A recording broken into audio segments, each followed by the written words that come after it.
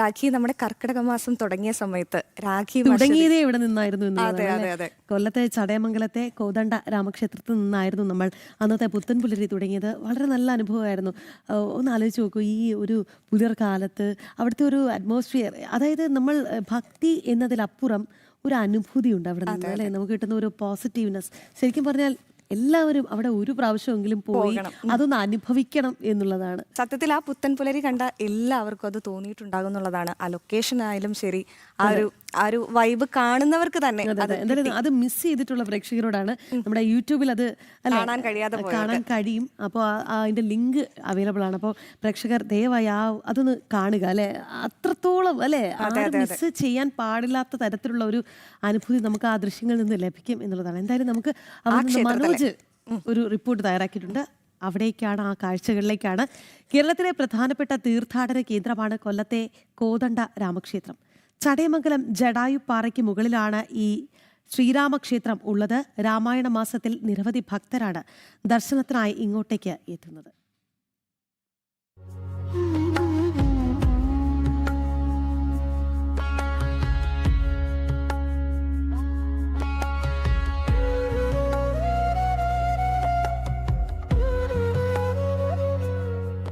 കോദണ്ഡ രാമക്ഷേത്രം ഇന്ന് ലോക ശ്രദ്ധയാർജിക്കുകയാണ്. കേവലം മലനിരകളല്ല, ജടായുപാറ എന്നത് ദൈവിക സ്ഥാനം കുടികൊള്ളുന്ന അത്യപൂർവം സ്ഥലങ്ങളിലൊന്നാണ്. പക്ഷിശ്രേഷ്ഠനായ ജടായുവിന്റെ ആത്മസമർപ്പണത്തിൽ നിന്ന് ഉയർന്നു വന്നതാണ് ഈ പുണ്യസ്ഥാനം.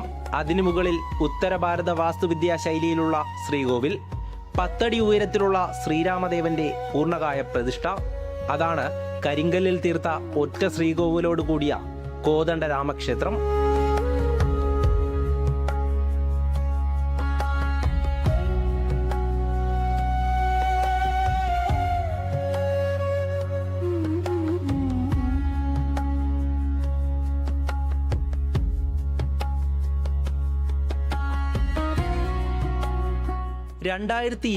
ാണ് ക്ഷേത്രത്തിൽ പുനഃപ്രതിഷ്ഠാ കർമ്മം പൂർത്തിയാക്കിയത്.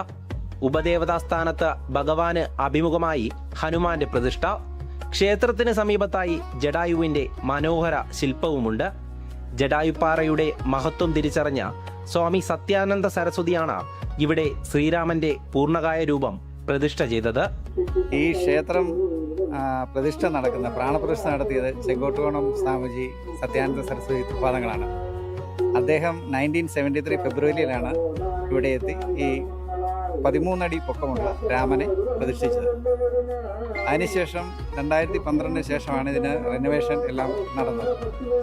ഇത് പ്രതിഷ്ഠിക്കാനുള്ള കാരണം സ്വാമിജി രാമായണത്തിനൊരു മുഖവര എന്നൊരു ബുക്ക് എഴുതിക്കൊണ്ടിരിക്കുകയാണ്.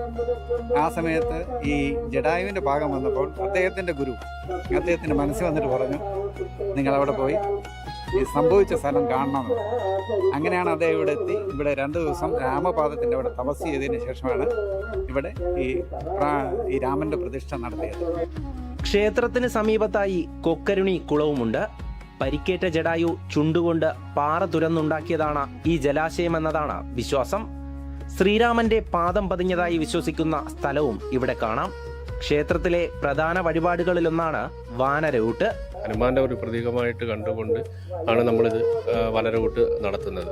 അത് വർഷങ്ങൾ കൊണ്ട്, അതായത് നമ്മളെയൊക്കെ തലമുറയ്ക്ക് മുന്നേ ഇവിടെ വാനരൂട്ടുണ്ട്.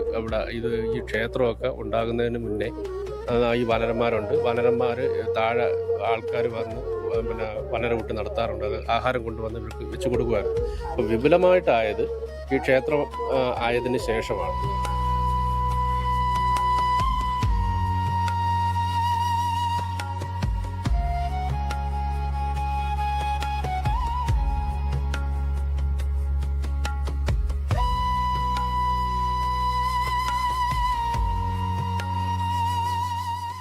എല്ലാ വർഷവും ഇവിടെ രാമായണ മാസാചരണവും അതിനോടനുബന്ധിച്ചുള്ള തീർത്ഥാടനവും നടക്കുന്നുണ്ട്.